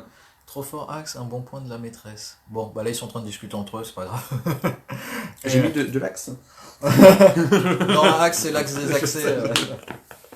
Voilà. C'est dommage qu'il n'y ait pas Monique Delcroix ce soir. Elle est super sympa, c'est une petite dame qui vit, je sais plus, qui a Et vient 70 souvent, ans. ça m'a dit, t'as jamais Elle fait est- des directs. Elle est très curieuse de paléontologie et je trouve que c'est génial. à cet On âge-là, va dans appeler certaines- Monique. On te fait un bisou, Monique. Voilà. Et puis on fait un bisou, bah tiens, aux autres pages, il y a aussi des dinosaures jusqu'au temps moderne, voilà, où il y a un différent niveau de lecture, c'est-à-dire qu'il y a des choses où des fois on parle de la couleur des dinosaures, des trucs assez basiques, et des fois des trucs assez pointus. C'est Édouard de Grenoble, D'accord. et il y a Eric Aswo qui est aussi qui fait de la géologie sur la Parce que page. j'y c'est très bien. suis sur la page. Bonjour à vous, hein, je Voilà. suis content. Voilà, il y a Eba Aude aussi qui est voilà, donc il y a plein de monde, je vous conseille cette page-là aussi. Il y a aussi les pages de Sicane aussi. Il y a les pages de Sicane. Voilà, donc n'hésitez pas. Du paléosphère aussi. Du paléosphère. Bah, du paléotube. Bah, parce que Voilà. pour l'instant, c'est encore paléotube, ça va bientôt passer paléosphère. Paléosphère, voilà, donc je vais rentrer dans la paléosphère, on va rigoler. Et voilà. Et alors, trop fort, une maîtresse, non. Est-ce que vous avez d'autres questions par hasard? Oui. Est-ce que, attendez, pour ceux qui n'avaient pas vu, parce que oui, voilà, on avait, Les gens qui sont arrivés. on avait un copain avec nous, hein, on avait un magnifique taille 1-1, échelle 1-1, ce magnifique dimorphodon, Voilà. d'accord, Taille réelle. taille réelle, voilà, qui va bientôt venir combler la collection de graines de savoir. Voilà. Donc, vous Voilà. le verrez dans les vidéos. Il faudra travailler sur les ptérosaures maintenant.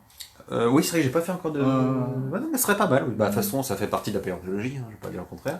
Donc voilà, donc bah, si vous voulez voir, parce qu'en de toute façon la vidéo sera en ligne, le Ouais. direct elle sera en ligne, donc si vous voulez voir la suite, bah, le début de la vidéo où on parlait justement d'Imorphodon, on en a beaucoup parlé, on va pas en reparler Voilà. encore, mais Bah, voilà. on peut parler de tes vidéos. Oui. Il a fait une super vidéo sur l'iguanodon. Oui, donc Et c'était voilà. c'était la première découverte badass, parce que j'ai fait Voilà. cette rubrique qui sont les découvertes badass. Donc c'était vraiment sur la découverte des iguanodons de Bernissart, donc Voilà. en Belgique. Voilà, ils ont trouvé 29 iguanodons. Oui, à peu près. Alors j'ai plus le 29, chiffre voilà. en tête. Ça 29, fait un c'est le plus moment que gros je fais la vidéo. troupeau. Donc, voilà. Oui, c'est le et en plus c'est la première fois véritablement. Alors on avait déjà trouvé des spécimens plus ou moins complets aux États-Unis. Mais là, c'est la première fois qu'on trouvait autant de dinosaures en connexion et quasiment, il y en a plein qui étaient entiers. Il faut savoir que c'était vraiment des animaux vraiment complets. Donc, et puis c'est la première fois où on a pu vraiment reconstituer un iguanodon, vraiment avec sa véritable forme. Ouais. Parce que là, on avait quasiment tous les éléments et en connexion, donc et puis Alors, la mort de l'animal. Un des iguanodons, un des 29, un des mieux conservés, c'est pas forcément le plus grand, mais il est très Non. grand. Et Il a t'as- été moulé. Et donc on peut le voir au Muséum de Paris, on peut le voir à Bernissart. à Bernissa. Non mais à Bernissa, oui à Bernissa. On en a un à La Plata en Argentine. C'est un iguanodon, c'est un peu comme Dippy, on le voit un petit peu partout. Voilà. Et il est toujours dans son ancienne position. Et ce qui est assez intéressant, c'est que le muséum avait voulu acheter un des 29 iguanodons pour 1 million de francs de l'époque. Ils ont pas voulu. Voilà, ils ont pas voulu. Ouais, pas voulu. Et ce qui est assez intéressant, J'en parle. ce qui est assez intéressant, c'est que les miniers en fait ont dû payer une amende de 10 000 francs pour avoir sorti autre chose que du charbon. Donc ouais, ça c'est dans le livre Un jour avec les dinosaures de Luc Vives et de Christine Argot. Par Voilà. contre, alors j'en parle, alors, je vais pas trop spoiler la vidéo, mais j'en parle dedans. On vous a souvent dit aussi que les mineurs avaient pris tout d'abord, avaient pris les ossements des dinosaures pour de l'or. Mm. Vous verrez si c'est vrai ou pas. Voilà, faudra aller voir la vidéo. Voilà. Enfin, et il y a ça, c'est la première vidéo des dinosaures badass. Parce que j'en ai fait une deuxième de cette rubrique-là, et je sens que vous aimez cette rubrique, donc j'ai continué à faire cette rubrique. Je vous dis pas sur quoi va être la prochaine vidéo des découvertes badass, parce que la prochaine ne sera pas du tout sur les découvertes badass, ça sera encore du... Alors je voulais mettre parce que ça fait 6 mois que je veux mettre une vidéo d'astronomie que j'ai de côté, j'ai toujours pas mise, mais je vais attendre un petit moment, mais je vais la mettre, vous inquiétez pas, c'est encore avec Charles Frankel, on avait fait une émission de radio où on avait tout filmé, c'était plutôt pas mal. Donc là ce sera une longue vidéo, donc je préfère attendre un petit peu que les vacances de Noël passent un petit peu. Et là pour Noël il y aura une spéciale avec un... Vous verrez. Ouais. Tiens, on a Maxime qui est là, Maxime Lasseron. Alors Maxime Lasseron, c'est lui qui a trouvé le gros fémur en Jacques. Salut Maxime. et Maxime, en fait, lui, sa spécialité, c'est les microfossiles. Donc on n'arrête pas de l'embêter avec ça parce qu'il travaille sur les microfossiles. Mais j'avais fait une vidéo sur Faut s'il vous plaît, une interview de Maxime où il nous explique qu'avec un fémur, on apprend beaucoup de choses. Mais avec des microfossiles, on apprend 10 fois plus de choses. Parce qu'avec un fémur, on sait qu'il y avait cet animal-là sur le site.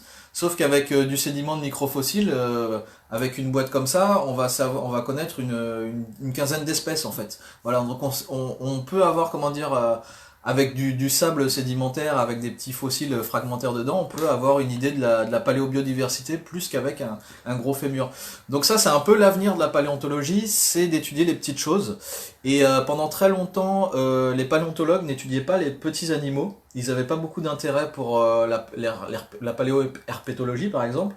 Et donc, ils voulaient ou du dinosaure, parce que c'est très gros, ou du mammifère, parce que voilà, c'était pour trouver un peu ce qu'il y avait dans la lignée humaine. Par contre, le reste était un petit peu, mis de côté. Et on a eu quand même des paléontologues. Oui, puis l'argent, ça intéresse moins de trouver les ancêtres de la grenouille, quoi. Et on a quand même eu monsieur Jean-Claude Rage au muséum qui est décédé il n'y a pas très longtemps, qui était en émérita pendant sa retraite. Et lui, pendant des années, il a étudié les microfossiles, les microrestes, notamment des C'était l'un des plus grands spécialistes d'ailleurs. voilà, des reptiles et des amphibiens. Et l'apport paléontologique de Jean-Claude Rage a été super important. Donc Maxime, c'est peut-être le prochain Jean-Claude Rage, j'espère pour lui. Mais voilà, donc les microfossiles, c'est hyper important. Si vous voulez faire de la paléontologie, ne pensez pas qu'aux dinosaures.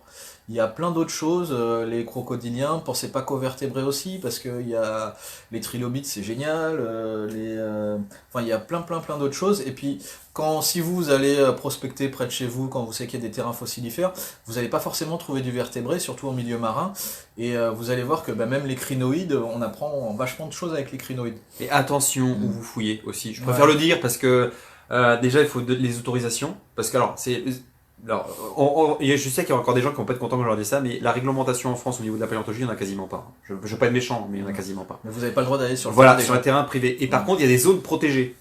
Voilà. Il y a des zones protégées géologiques, donc là, vous n'avez pas le droit d'y aller. Vous n'avez pas le droit de venir collecter tout ça. Donc là, c'est quand même protégé. Mais un terrain qui ne fait pas partie d'une réserve, il n'y a rien. Ouais. Par contre, s'il est privé, oui. Là, par contre, il faut que vous ayez déjà l'autorisation. Mm. Et autrement, il faut aussi faire très attention parce que bien souvent, où vous avez comment dire, des fossiles, souvent ça va être justement en flanc de falaise. Mm. Donc les éboulements, attention, ça peut être des chantiers, ça peut être des carrières. Voilà. Donc attention, Alors, fouillez. J'ai une anecdote dont je tairai le nom de la personne qui a vécu ça. Alors, voilà, ils ont fouillé dans une carrière du Miocène et il y avait comment dire, des anciens stromatolites parce qu'il y a 20 millions d'années, il faisait chaud en France et il y avait des stromatolites comme on trouve en Australie, mais qui étaient vraiment très très gros. Et il y a un de ces stromatolites qui est dans, comment dire, dans le sédiment en fait, qui s'est détaché, qui a roulé et qui a bloqué à quelqu'un qui fouillait en carrière et il était bloqué, donc il a appelé à l'aide et heureusement qu'il n'a pas fouillé tout seul parce qu'il a fallu 3 personnes pour enlever ce traumatolite là. Donc fouiller en carrière tout seul c'est quand même hyper dangereux. Donc et puis ça veut dire qu'on l'aura retrouvé sûrement mort parce que c'était en début de week-end, donc au soleil en plein cagnard avec le rocher sur le torse, c'était foutu. Et puis s'il était encore vivant, il serait tapé une sacrée amende, quoi. Alors Jordan nous donne une référence de bouquin. Il y a une référence, il y a aussi Guillaume. Alors on va faire dans l'ordre. On va d'abord commencer par Jordan. Alors Jordan, là tu nous parles du livre de Godefroy, donc célèbre paléontologique comment dire, au musée royal d'histoire naturelle de Bruxelles. Voilà. Donc un grand paléontologue là-bas qui s'est beaucoup occupé justement aussi de comment dire, quand ils ont refait toute la galerie là. Rénovation. La rénovation de la galerie des iguanodons, l'exposition des iguanodons de Bernissart d'ailleurs. Et oui, il a fait un magnifique bouquin. C'est même lui aussi qui a travaillé sur un numéro spécial hors série aussi de fossiles. Ah, pas dinosaures et fossiles, et préhistoire et fossiles, non, ça n'a rien à voir. Ouais. C'est la revue Fossile, donc de Patrice Lebrun, donc voilà. Qui est une très très bonne revue. Et là, par contre, c'est du pointu. Ouais. C'est pointu de chez pointu. Voilà. Hein. C'est très très pointu et je vous la conseille, cette revue et ce hors-série. Et le bouquin de Godefroy sur Bernissart, je le connais aussi, très très bon, je l'ai lu qu'une fois. D'ailleurs, je l'ai pas, mais je l'ai lu. Et très très bon bouquin. Au vu du titre, il est quand même en anglais. Alors moi, je suis assez une quiche en anglais. Hein. Quand je suis arrivé en métropole, j'étais en Martinique avant, je savais compter jusqu'à 11 parce que toi, j'arrivais pas à... Les termes scientifiques voilà, j'arrivais pas à le dire. Ouais. Et au bout d'un moment, moi, ce que je vous conseille, c'est de lire pas mal de livres en français, comme La Terre avant les dinosaures ou des choses comme ça, et après retrouver les mêmes sujets en anglais. Et vous allez voir que ça va être plus facile de commencer par des trucs en français et après voilà se réadapter. Parce qu'en français il n'y a pas beaucoup de bouquins. Il n'y a pas beaucoup de bouquins. Mais franchement, faut se mettre à l'anglais. Vous êtes obligé parce que c'est la langue internationale. Et puis au bout d'un moment ça va tout seul. Moi voilà. Je vais pas dire que je parle anglais, mais j'y arrive maintenant. Je comprends, je lis les publis. Et c'est pour ça que je critique Futuration, c'est plus tous les autres. Bonjour Guillaume, je vois qu'il y a Guillaume Espinas qui est venu. Bonjour qui était avec nous à la journée des doctorants. Voilà. Bonjour Guillaume.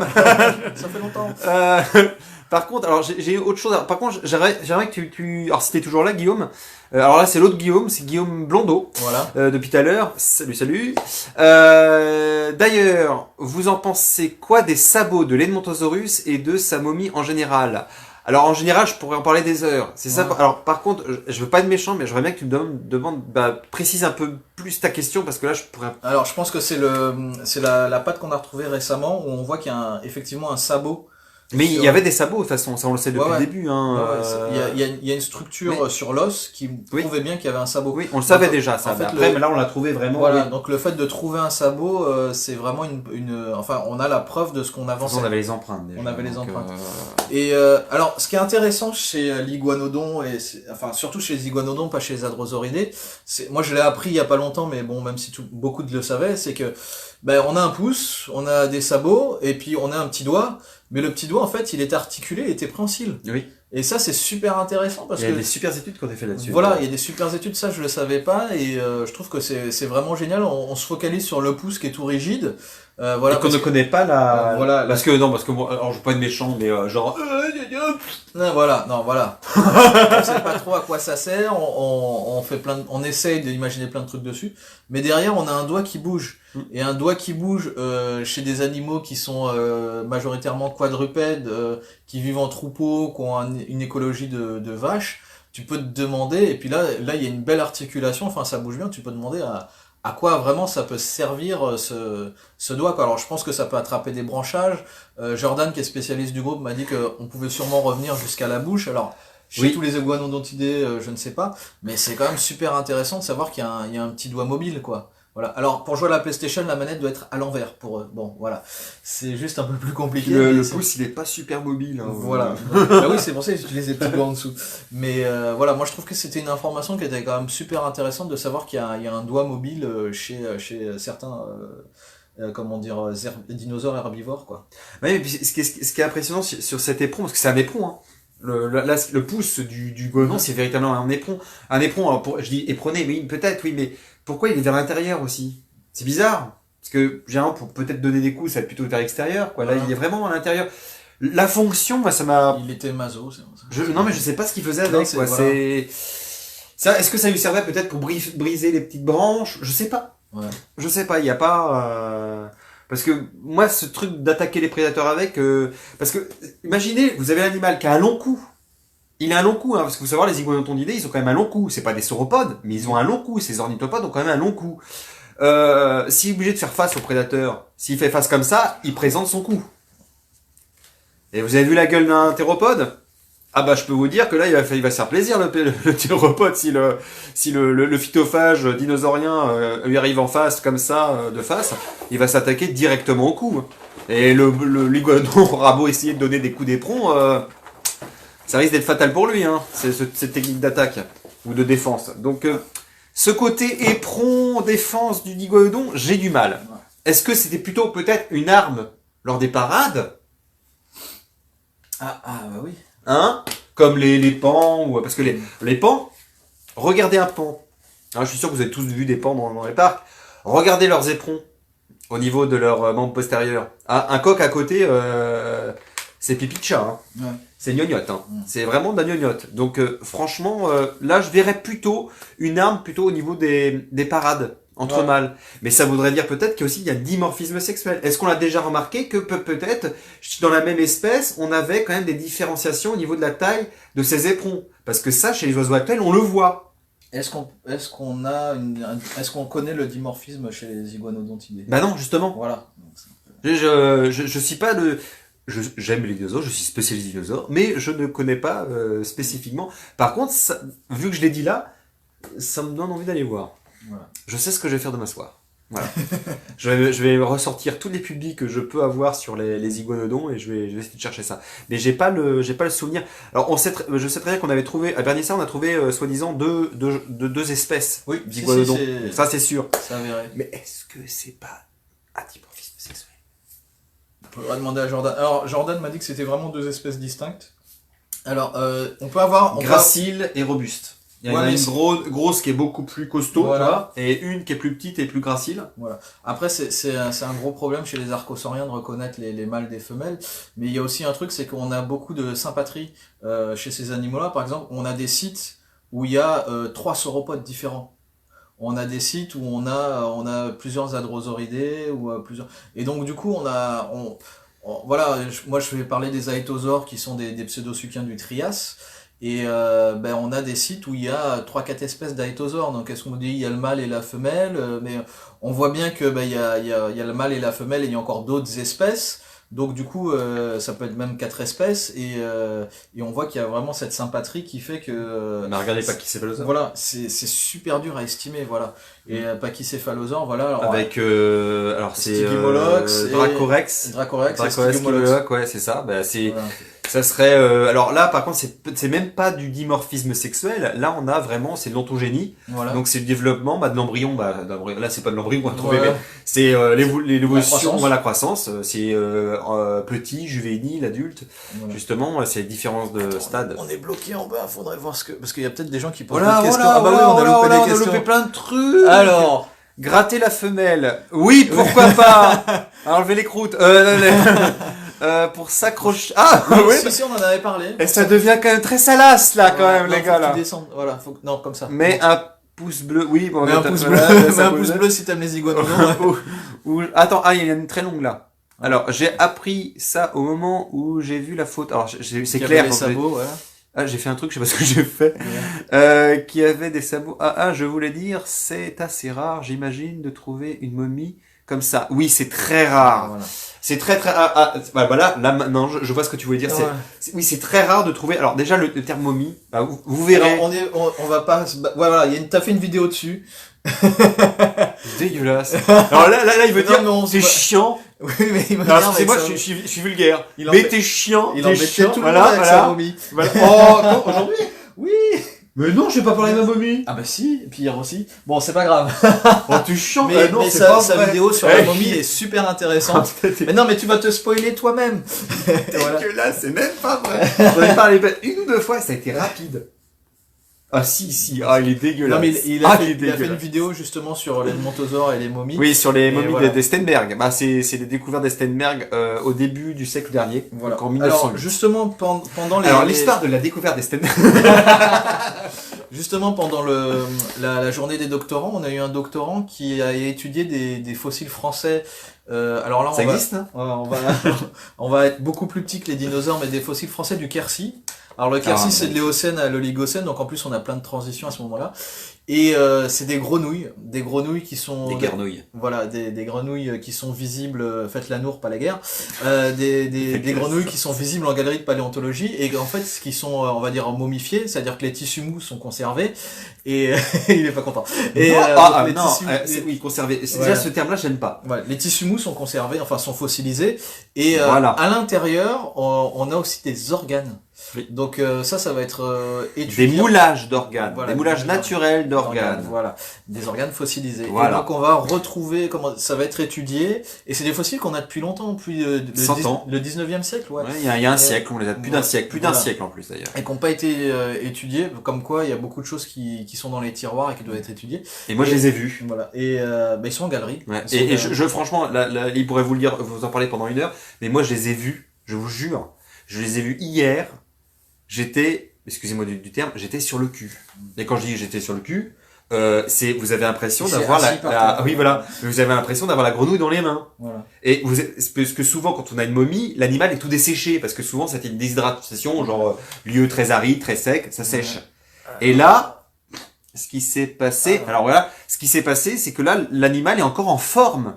C'est qu'on a l'impression qu'il a encore sa peau, mais sa chair, mais il est pas déformé. On a l'impression d'avoir une vraie grenouille. C'est impressionnant. Non, franchement, c'est vraiment Alors, impressionnant. Jordan nous dit qu'il y a des variations dans le pouce sur un article de 2017. Donc effectivement, on peut se renseigner là-dessus.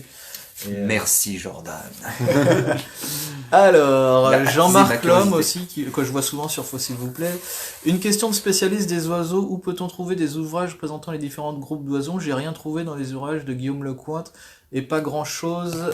Sur les oiseaux? Bah, le coin, ailleurs non non, plus. comment ça s'appelle? Attends, je l'ai là. Non, mais c'est de Lachaud.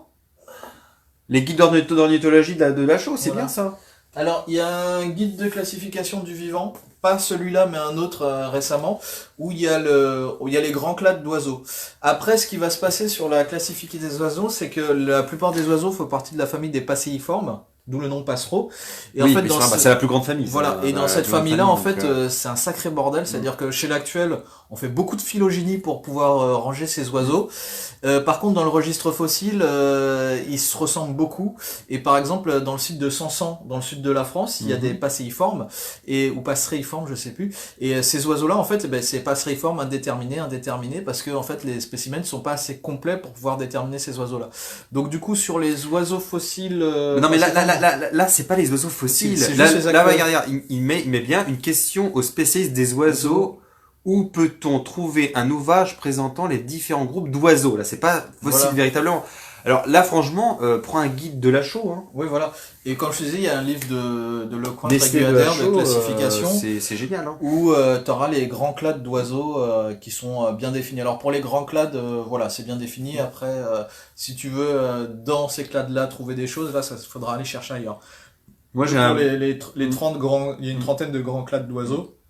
Tu les trouveras dans le dernier guide de classification. Alors, et un peu, parce que j'ai deux de mes meilleurs amis, c'est des grands. Alors, c'est pas des. Ah, si, j'ai un ami qui est ornithologue d'ailleurs.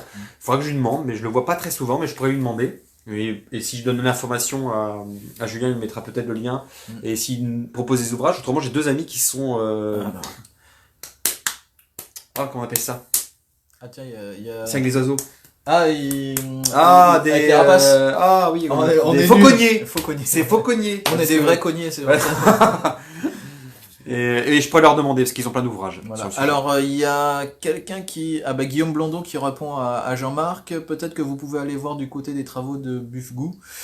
Ouais, c'est Oui. Buffgou. Il a répertorié plein d'oiseaux. Peut-être que vous trouverez votre bonheur. Bah, merci Guillaume. Hop, voilà. Alors, est-ce qu'il y a... Buffon. Ah, Buffon. Voilà. Ah, Buffon, mais c'est Non, vieux. oui, c'est vieux Buffon, mais bon. C'est vieux. Ouais, c'est peut-être vieux Buffon, ouais. Oui, c'est vieux. Bah, mais c'est ça. Il y a des trucs qui sont bons. Hein. Alors Jean-Marc nous dit qu'il a déjà regardé chez Delachaux. Je dois aller réviser pour demain. Passez une bonne soirée. Merci de vos réponses. À très bientôt. Sympa ce live. Bah, on essaiera de faire Salut notre Guillaume. live. Alors moi j'ai un ordinateur du Moyen-Âge, donc du coup faut que j'ai des invités avec des beaux iPhones pour pouvoir faire Mais tu vois, des lives. Donc, mais je me demande si on peut pas faire des lives. Alors, je sais pas si vous connaissez ça. Dites-moi parce que moi j'ai pas encore essayé. Est-ce qu'on peut faire des lives avec plusieurs en même temps, avec des écrans partagés? Parce que ça serait cool de pouvoir se ah, faire bah oui, c'est vrai. des lives comme ça. Bah tu vois là on est déjà 13, si ça fait 13 personnes qui discutent, c'est un peu le bordel. Mais j'essaierai de faire un live avec ce téléphone. Non, je déconne. C'est quoi ça, ce pixel? C'est sa tête. Voilà. Il dit quoi 1, 0, 0, 0, 1. Voilà. Bon, ce live, il a duré quand même un petit moment, parce qu'on avait je prévu sais pas, une demi-heure. Au début, c'était une demi-heure. Ouais, bah là, ça fait 1h20. Voilà. C'est bien. Donc, je pense que c'est pas Au mal. début, j'ai dit, on fera pas 2 heures. Non, on fera pas 2 heures. On fera pas 2 heures. Donc voilà. Je vous fais des gros bisous. Attends, on a fait la promotion. Attends, on va faire la promotion. Le King, vous faites la promotion. Bonjour. Ah, faut bien la promotion. On fait la promotion parce que ces mecs-là parlent n'importe quoi. Il faut aller sur la palosphère. Voilà. Très important, paléosphère. Dis-nous ton activité. Alors, mon activité, Enfin, ce que tu vas faire bientôt, pas ton activité, ta prochaine vidéo? ouais, tes prochaines vidéos. Alors, la prochaine vidéo, ça sera une vidéo, alors, spéciale. Alors, j'ai spoilé un petit peu. Ça sera une vidéo sur le prochain DLC de Jurassic World Evolution. Donc là, c'est du gaming, mais c'est du gaming scientifique. Parce que moi, j'aime bien parler des jeux, mais lié à la science. Là, c'est du Jurassic Park. Je dirais ce qui est bon et ce qui n'est pas bon dans Jurassic Park. Donc, n'hésitez pas à regarder cette vidéo. Elle est pas encore faite, mais elle va bientôt parce que j'attends le DLC qui sort le 10 décembre. Et autrement, il y aura une vidéo spéciale Noël avec un autre YouTuber, mais elle sera sur sa chaîne. Mais je serai aussi présent parce qu'on fait une collab. Donc ça sera sur la chaîne de Paleo World, donc Sican. Donc ça sera aussi sur Jurassic World Evolution. Donc je vous spoil un peu. Voilà. Mais... Ah bah tiens, en parlant de Jurassic World, le dernier Jurassic, là, le petit teaser, là où il y a l'allosaure qui se bat avec le cératopsien, avec Valentin de la chaîne Valéoraptor, on a fait ici à la maison aussi une vidéo critique sur ça, donc ça va sortir sûrement courant décembre, donc vous reverrez ma tête. On va se concurrencer, c'est avec, génial. Avec quelqu'un de la paléosphère, et puis cette année j'ai rejoint la paléosphère, donc du coup j'ai peut-être voyagé un petit peu. On va peut-être aller, mais il y a un truc à Laval bientôt, c'est à Angers. À Angers, peut-être. le Angers Geek Festival. Ouais, ça je peux parler du zoo où il y aura peut-être un truc ou... Ah non, ça c'est secret. on secret, attend, voilà. on attend le feu vert. Voilà. Ah ben On en a beaucoup parlé aujourd'hui. C'est en cours de montage. Ouais. On voulait Alors faire quoi, une vidéo- le zoo ou... la vidéo qu'on a faite, c'est vrai qu'on avait prévu un truc de 10 minutes, on a parlé pendant 45 minutes, donc on va essayer de la réduire quand même de moitié. Ça serait Normal. bien. Voilà, normal. Faites pas comme nous, 1h30 Voilà. de vidéo. Alors, un truc intéressant, alors je pense que bon, j'ai 4 abonnés en Martinique.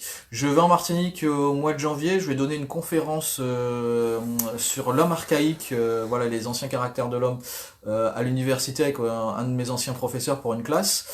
S'il y a des gens à la Martinique qui voudraient que je leur fasse une conf quelque part, vous me contactez, si vous me trouvez un lieu, moi je vous ferai une conf. Donc je serai là-bas du 28 janvier au 5 février, donc si vous voulez qu'on s'arrange, je peux peut-être faire ça, voilà. Ah oui, j'ai fait une vidéo aussi sur Van Cléavea avec Valentin, donc c'est un animal super sympa. Et, Il est gentil, c'est ça? Ah non, il a la grignote féroce. C'est pas un vegan encore. Oh là Non, là. il a Vous des- n'avez pas les vegans, hein. C'est pas Ouais, possible. mais je sais pas si les comment dire les dinosaures avaient un avis politique sur leur consommation alimentaire. sûr? Donc je pense que végétalien ce serait mieux que vegan. Parce que vegan, il y a un côté politisé. Phytophage. Ouais, ou phytophage. Moi je préfère phytophage. Moi, je préfère voilà. phytophage. C'est ça. Mais vegan, c'est pour le côté comique. Mais il foire le Ouais, truc. je suis c'est pas drôle, lourd, je suis pas quoi, drôle. t'es pas drôle. Et voilà. Donc il y aura une vidéo sur Van Cléavea aussi, qui sera un animal qu'on connaît peu, dont j'ai déjà parlé sur Faut s'il vous plaît, mais en vidéo ça sera pas mal, ça restera. Donc voilà. Et oui, j'ai oublié de dire ma Regarde, chaîne. les abonnés descendent. Alors il y a sa chaîne. voyez leur chaîne, oui, bah, les abonnés descendent. Non, ils ne descendent pas les abonnés, ça monte, ça monte, ça descend, ça monte, ça descend. Oui, là, ça descend, non, c'est la fin. Ma chaîne, c'est Graines de Savoir, pour ceux qui connaissent pas. Voilà, juste ça. Vous tapez Graines de Savoir sur YouTube, parce que c'est sur YouTube, hein, c'est pas sur Facebook. Mais il y a aussi une page Facebook, Graines de Savoir. Donc voilà, j'arrête là. Fini la promo. Voilà. Alors pour la paléosphère qui nous regarde, il va me donner enfin le Discord, donc du coup je vais pouvoir en foutre la merde. Allez, Merci on vous laisse. À bientôt. Tchuss!